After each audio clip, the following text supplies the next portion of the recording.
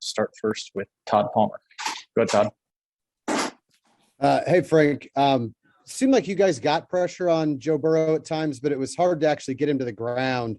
Can you just talk about how slippery he was and how you thought the pass rush performed today? Great quarterback who executed on every cylinder to get his team to the Super Bowl. Let's go next to Todd Lebo. But Todd. Frank, obviously you guys set a very high standard here going to the Super Bowls and all that. You fell a little bit short this year. Emotionally, how are you guys doing right now? And how would you characterize what this season is? I mean, you can't call it a failure if you make the AFC Championship game, but you didn't get where you wanted to go. I mean, adversity. People go through that. You know what I'm saying? I've been going through it my whole life. I can only, picture what a lot of these other guys have been through and, the things they've had to overcome, obstacles and stuff like that. So, long season, man. We started the season off kind of rocky. I'm sure, a lot of people had counted us out at that point.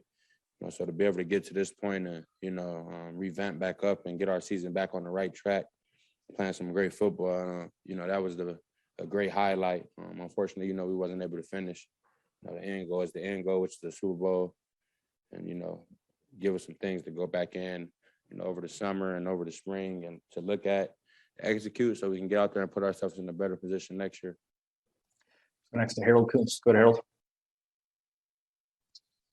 Frank, you go into the halftime locker room about 21-3, but then obviously the second half, things kind of fell apart. What was the kind of mentality on the sideline there? And what was the mood as things started to just slowly go not the way you wanted it to go? I mean, it's football, you playing enough football games, you see it happen, multiple times. So sometimes, you can be the vet from that point, and helping guys understand, I've seen this before. I've been in this situation. We got to keep our foot, on their necks and just stay at it, stay adamant about, just finishing the game. And, unfortunately, it just didn't go our way. Things been going our way, all season and, timing and just different little things. And, it just didn't go our way. You watch, the offense, they come out there, they start the game off every drive, they scoring, they driving down, they just putting us in great position. And, at a point, they went in at halftime, they made the necessary adjustments that they need to make. And, hats off to their coaching staff. That's all coaching. The players, they decided that they wanted to go out there and compete this, for the next 30 minutes of the game. And that's what they did. It's not a shade to them in no type of way. The best team, and the best team and the smartest team all around won today. And that was the Cincinnati Bengals.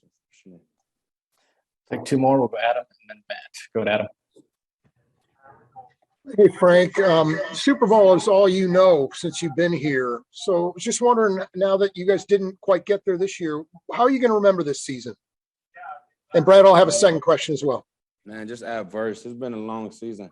Like I was just saying, just adverse. And, I'm going to remember the guys more than the season. It's really the guys in the locker room who I always remember, the long time, you invest so much time, at the building and with these guys, you find some great friends in this game as well. And, it's the guys, the relationships I built within the, the lines and stuff like that I'm never going to forget about it. Like you said, all I know is the Super Bowl since I've been here. So, exiting in the AFC Championship, I mean, to some standard, that's bad, but I mean, it's not as bad as some of the other guys. I got a lot of friends that have been on vacation for a few weeks now, man. So, it sucks I got to go join them now, but, hats off, like I said, hats off to Cincinnati and everything they did up there. But, we just got to be able to compete, man, do better.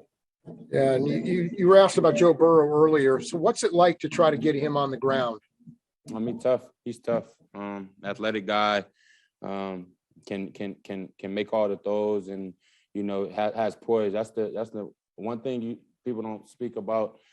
They talk about the first round. They talk about, how he's won at LSU, how he's continued to win in the NFL, how he's gotten better every game basically. And, you just watch a quarterback like him and, he goes out and he's so poised. The guy can get sacked last week. He got sacked 8 or 9 times or something.